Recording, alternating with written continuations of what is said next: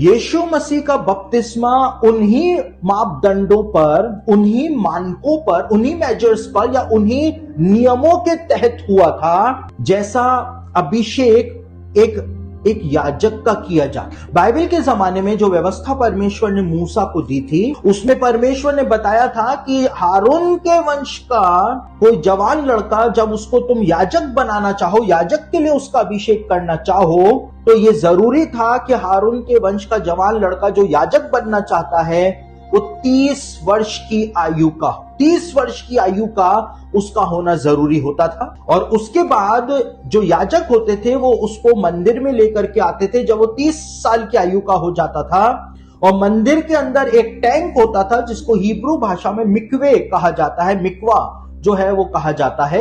और एक याजक के द्वारा जो हारून के वंश का वो जवान लड़का, 30 साल का जवान लड़का जो हुआ करता था, उसको उस पानी के टैंक में बपतिस्मा दिया जाता। और जब वो जवान 30 साल का जवान लड़का पानी में से निकल करके ऊपर आता था, तो उस समय का जो महायाजक होता था, चाहे वो कितना ही बुजुर्ग हो, चाहे उससे वो बोल भी पाता हो या नहीं बोल पाता हो, लेकिन ये नियम था यहूदियों में कि महायाजक जो है उस जवान यहूदी लड़के की तरफ जो हारून के वंश का होता था, जिसका याजकीय अभिषेक किया जा रहा होता था, उसकी तरफ अपना हाथ बढ़ाता था और हाथ बढ़ा करके उसको देख करके कहता था कि तू मेरा प्रिय पुत्र है जिससे मैं अत्यंत प्रसन्न।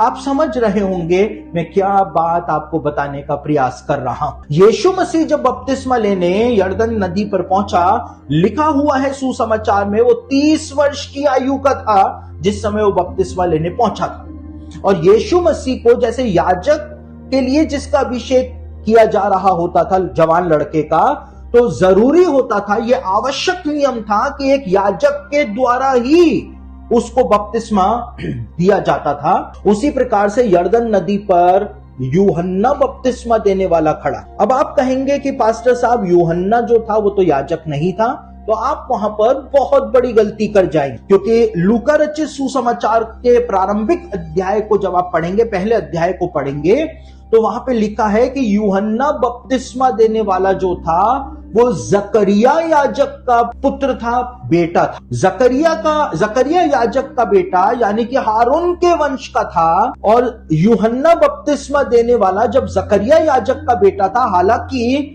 वो याजक का काम मंदिर में नहीं करता था, लेकिन परमेश्वर की दृष्टि में और मूसा की व्यवस्था के अनुसार यूहन्ना बपतिस्मा देने वाला याजक ही था।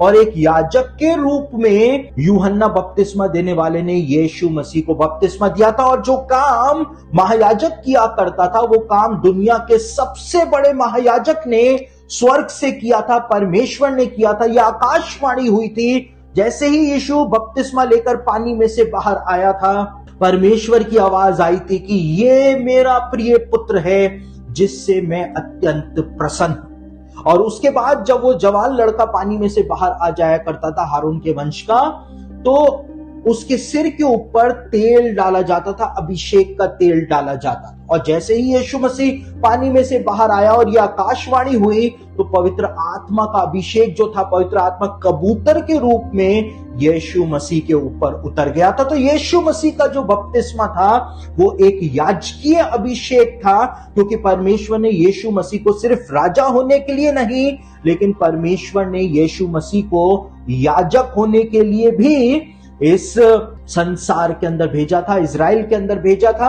और यीशु मसीह ने इसीलिए कहा था कि हमको सारी धार्मिकता को इसी रीति से पूरा करना है। और जब लिखा हुआ है प्रकाशित वाक्य में, जब लिखा हुआ है पतरस की पत्री में कि यीशु मसीह ने हमको याजक बना दिया है, तो ये याजक का काम जब हमको मिला है, तो हमारा संस्कार भी याजकीय संस्कार हुआ है। कई सारे लोग नहाने के चोर हैं मसीहत के अंदर। नहाने के चोर मतलब वो बपतिस्मा नहीं लेना चाहते हैं।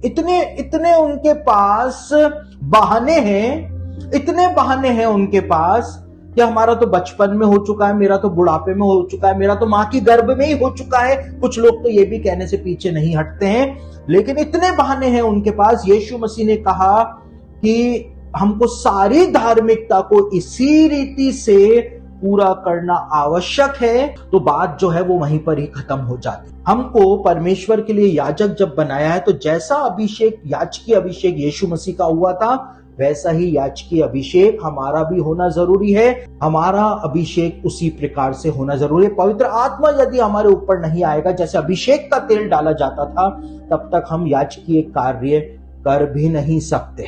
तो इस बात का ध्यान रखना बहुत जरूरी है।